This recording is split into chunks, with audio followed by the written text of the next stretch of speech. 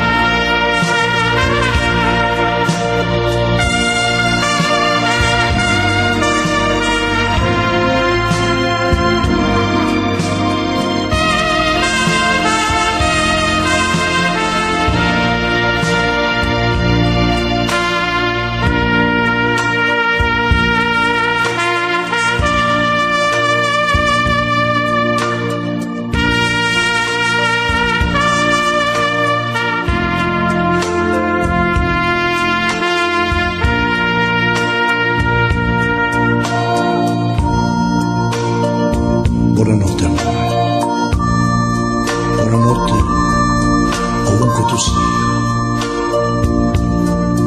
ti vedrò nei miei sogni. Buonanotte a te che sei lontano. Good night, love. I'll see you in my dreams. Good night to you who are far away.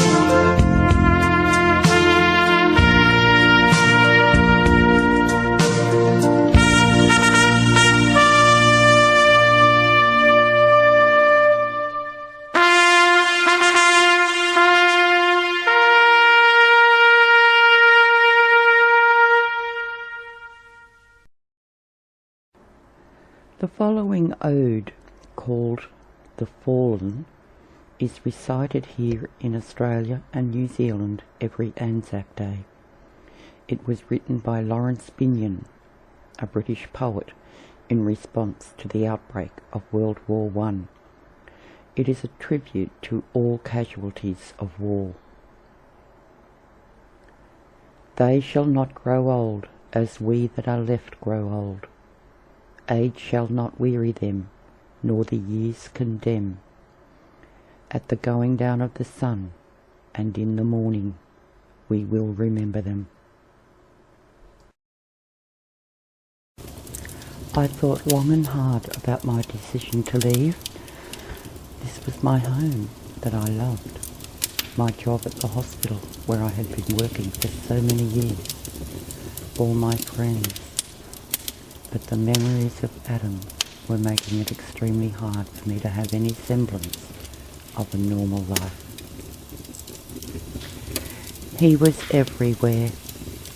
I thought if I moved away that maybe in time I could accept the loss of the love of my life, where the memories were not staring me in the face every second of the day.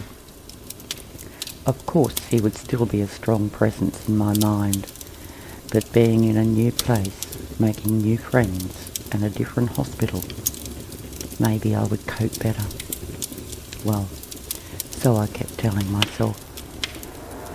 My decision was also a bit easier to make, as Matron had announced she was retiring. My best friend, who had lost her soldier boyfriend, decided to take a long leave of absence, and a few other friends were also leaving. It seemed there were big changes for everyone. I organised for my neighbour to hang on to any mail that arrived, and I would pick them up when I came by to check on my house, although I didn't know when that would be. Something else very strange was happening as well. The yellow roses that had been left on my veranda and that I had lovingly kept watered for as long as they would last, eventually withered away and died, except for one single rose that remained as a bud. It never bloomed into full growth. It still remained in the vase, bright and healthy, with no signs of dying off like the rest. It had been months, and still this one single rose refused to die. It gave me hope, but I also wondered how it could possibly be. Was it just a strange fluke of nature, or was it a sign that I wasn't to give up on Adam? I waited several more weeks, and still not hearing anything from Adam nor his family, I accepted the new job at the hospital, several hours' drive away. I didn't want to rent my home out, not yet, as I felt I needed to keep the memories here, for now anyway. So I decided to board with a few other nurses until I made a firm decision about my future. Packing up was heartbreaking, leaving my colleagues was gut-wrenching, but my resolve was strong and determined. I had to do this. With tears in my eyes, I gathered up the wilted roses to take out to the bin, but for the life of me, I could not bring myself to throw out the single yellow rose that still thrived. I knew I would be coming back to check on my house, so I placed this beautiful rose in a smaller vase, filled it with water, and left it on the table. Now I know that this rose could not possibly survive with no one to water it. It shouldn't have survived the amount of time it already has. But I would wait and see.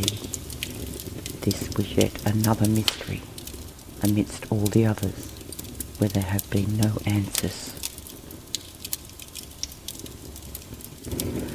I arrived at the town where I would now live, and after being greeted warmly by my fellow housemates, and after unpacking, we all sat down and started talking, getting to know each other. I didn't tell anyone about Adam. Not now. Not yet. I began work the next morning with a heavy heart, but my nursing instincts kicked in, and the day flew by surprisingly quickly. I just kept telling myself that I had to remain busy, and I couldn't allow myself to dwell too much on Adam. It was just too painful. The months dragged on, and although I had made some new friends and I loved the work at the hospital, there was a part of me that had kept closed off to everyone. I still hadn't managed to get back to my home to check on my house or collect any mail that may have arrived. I kept putting it off. I hadn't heard from my neighbour, so I assumed nothing urgent had come in the post. My nights were filled with dreams of Adam, visions of him still calling my name. So many times I wanted to just run back to my home, to my old life, but I persevered.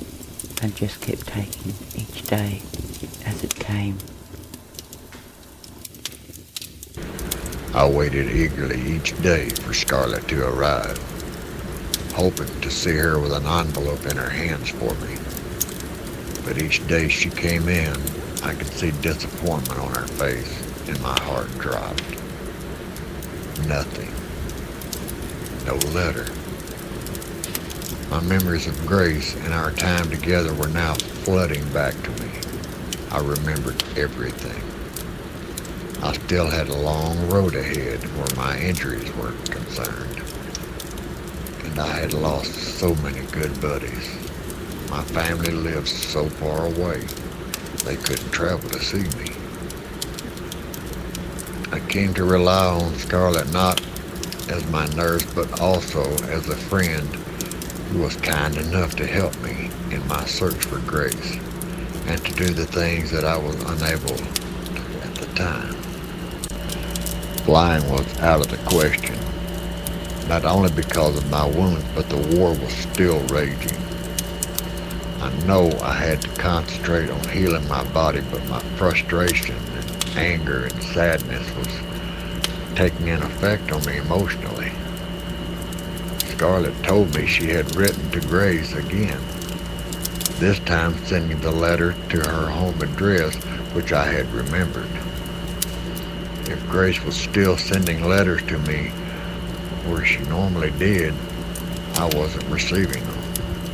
I needed to make some inquiries of my own to see what was happening to the mail that used to be sent there. I lay back, exhausted, and slept, thinking of Grace.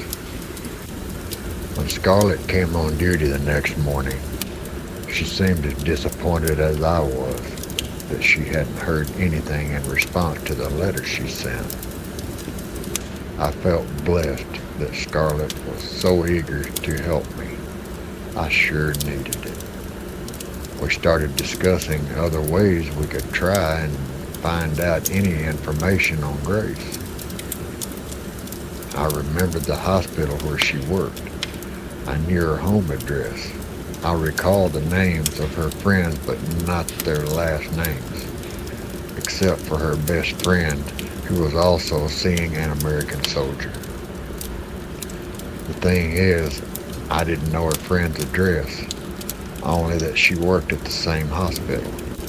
Scarlett and I both looked at each other, and she suggested exactly what I was thinking. Adam, it's me, Scarlett, just making my rounds before I go. I'm so pleased at the progress you've made. You should be proud of yourself too, mister. You've been so patient and waiting to hear back from Grace every single day, and if anyone understands, I do. I know how difficult this has been for you, so I was thinking, why don't I write another letter? But this time, we'll send it to Anna, Grace's best friend. I can do it as soon as I get home. I knew that would lift your spirits. You rest now, and I will check on you in the morning.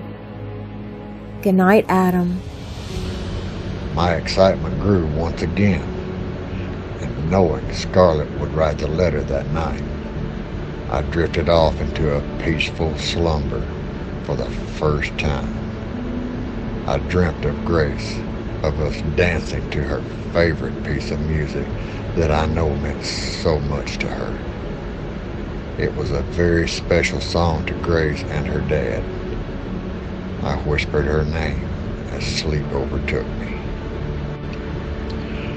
Every moment that I was awake, and even in my dreams, I tried my hardest to send my thoughts to Grace.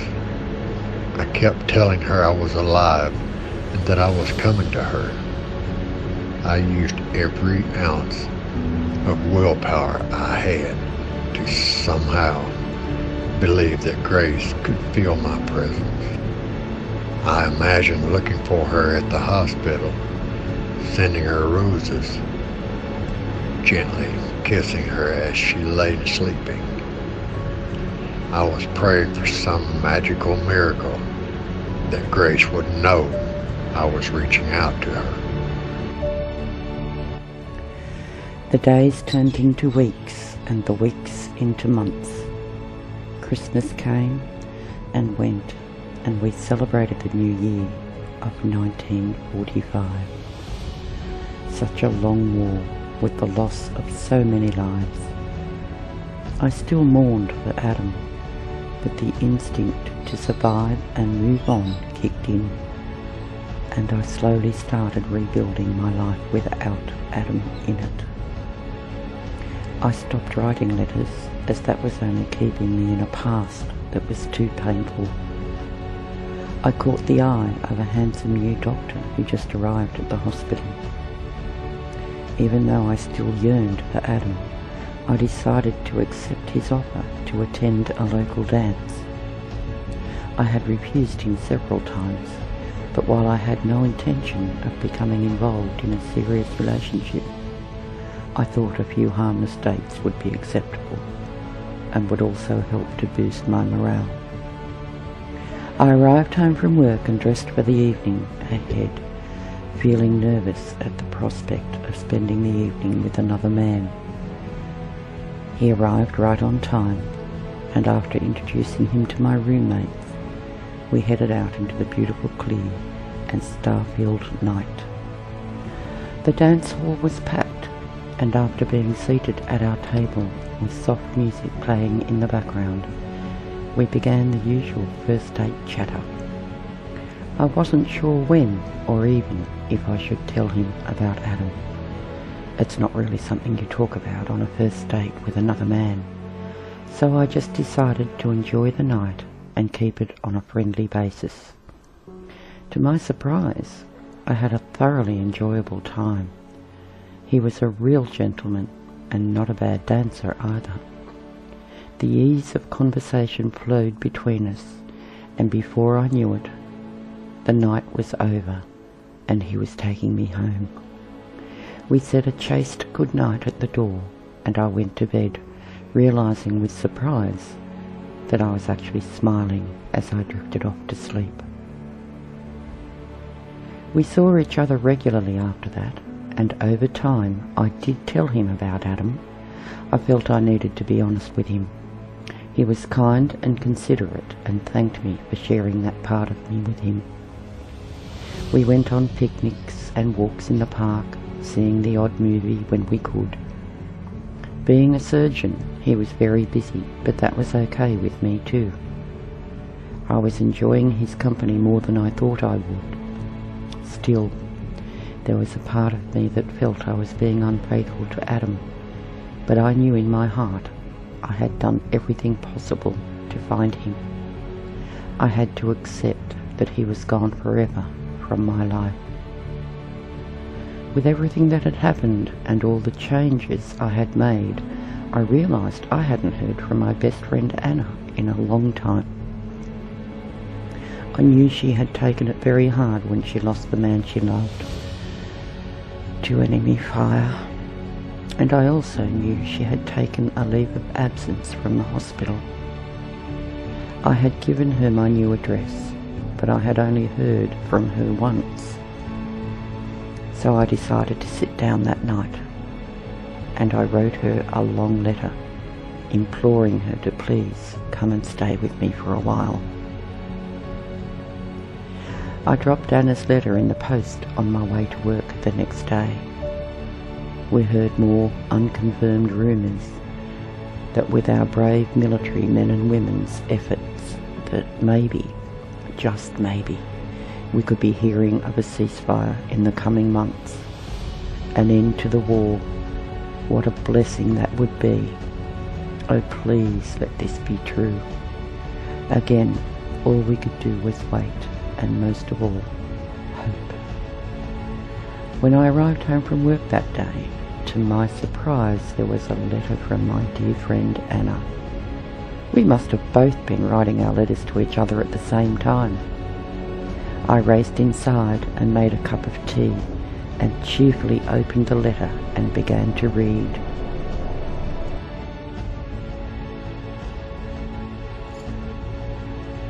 Dear Grace, I have so much to tell you. As you know, I took a leave of absence from work after losing Danny. I am still heartbroken, but I called into the hospital to catch up with a few friends, and I was handed a letter all the way from America. Grace, I must see you. This is too important to write back and forth. I am taking the train to visit you on Saturday. I can't wait to see you. Your friend, Anna. Anna's letter was short. I was thrilled to hear that she was coming for a visit, but what was this mysterious letter she was talking about? Was it about her soldier boyfriend? Oh, I am so impatient to know what she has to tell me. But this was working out perfectly, as I was due for my 3 days off, which starts on Saturday. I couldn't wait to see Anna, and to hear whatever news she had in the letter she mentioned. I had a very good feeling, a very positive feeling, and I felt I finally had something to look forward to. To my surprise, I was actually humming as I walked to work the next day.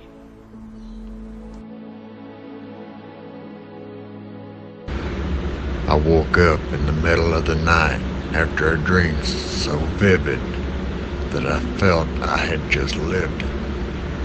I saw Grace.